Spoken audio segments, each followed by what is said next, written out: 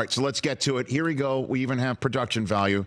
Chris Long's level of concern. All right, move on. Nothing to see here. Please, Pittsburgh. It's Chris Long's level of concern. I love it. I give a round of applause to our that's staff. good. You know, I once asked Scott Van Pelt when I went on Midnight Sports Center, what's the budget on the show? I'm going to ask you the same thing because that's like Microsoft Paint there. I know. What's I mean, we pass the hat around. I mean, you know, that's how we do it. Look at that right there. That's one of Smitch's finest right there. That's good, okay. Smitch. Okay, yes, I love it. A nice little shout out.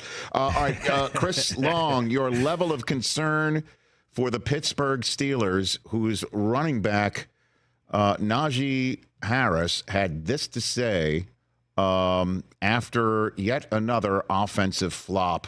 This one in Cleveland. There's just a lot of stuff that just goes around that it's just that you guys don't see. That's what I'm trying to say. It's just, I'm just at a point where it was just like, man, I'm just tired of it. Does it seem like the other teams know what's coming?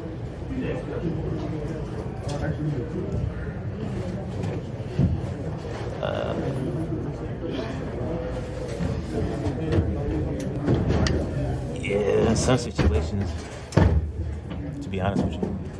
Do you think everybody has that team first attitude? Do I think everybody has a team first on this team? Yeah. I'd rather not talk about a team, I'd rather just talk about me, my performance. If you want to ask a question about me. All right, Chris, in case you're wondering, we counted it, is length of waiting to answer the question of whether his offense is predictable. 10 Mississippis, 10 of them. Yeah, 10 Chris. Mississippis. That said everything. And honestly, I hadn't heard that quote yet, but when you watch the tape, it's obvious they are predictable.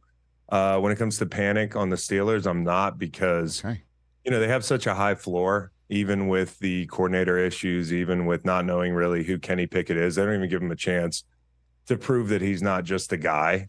You know, I think if you look at their run down the stretch, I think they have Cincinnati twice. So that's a big come up for them, not seeing Burrow in those two games.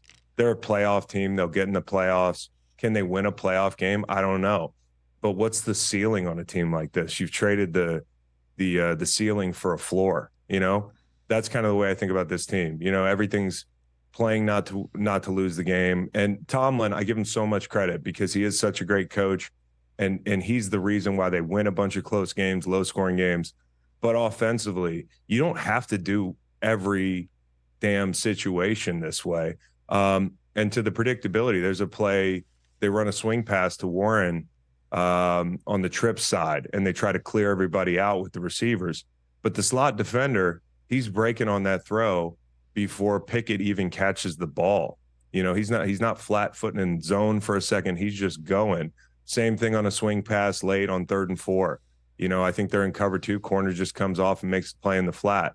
There's a ton of stuff that is completely predictable from this offense. You give the ball to Warren like 9 times on the game. That guy's electric. He's your best player on offense. And you know, when you look at yesterday, they're just not ready to play. They're just not ready to play, whether it's the safety that they got bailed out on or the play after that where Hayward gets blown up, or, you know, it's the delay of game in the first half. It's the 12 men on the field where you got to take a timeout the second play of the game. Really uncharacteristic stuff by them. And the passing attack from Cleveland was actually more in sync. And this is DTR, the guy who the last time we saw him looked awful against Baltimore. And I want to give the kid credit because they believed in him enough to operate that drive at the end of the game and go win it. So I got to be honest with you. Your last 45 seconds of your take there, Chris, did not sync up with "I'm not panicking." They're a playoff team.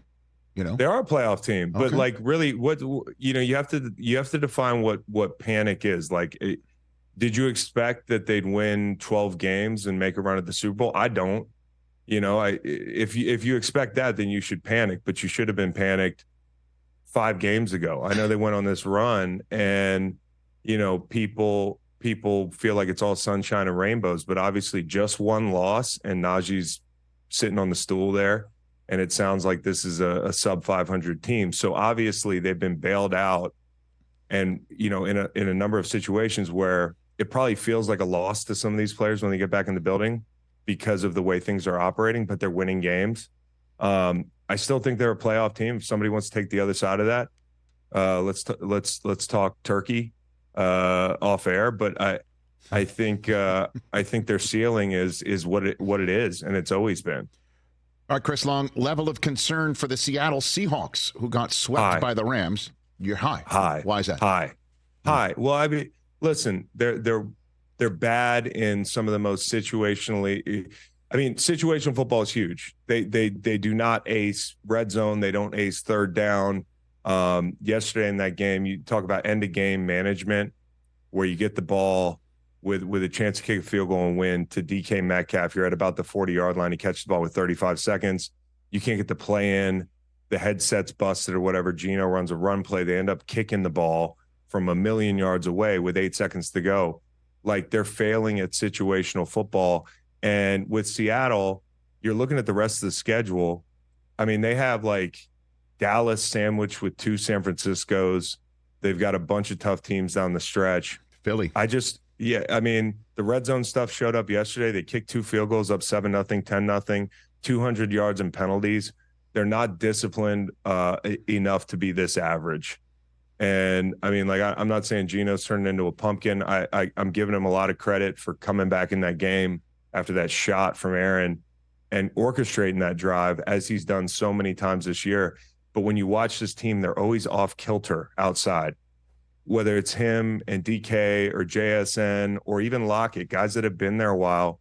They're just not on the same page. And it just comes down to a lack of details. And I do panic about this team because I don't think they're going anywhere with the situation they put themselves in and the schedule down the stretch. Catch the Rich Eisen Show every single day on the Roku channel, 12 to 3 Eastern, for free.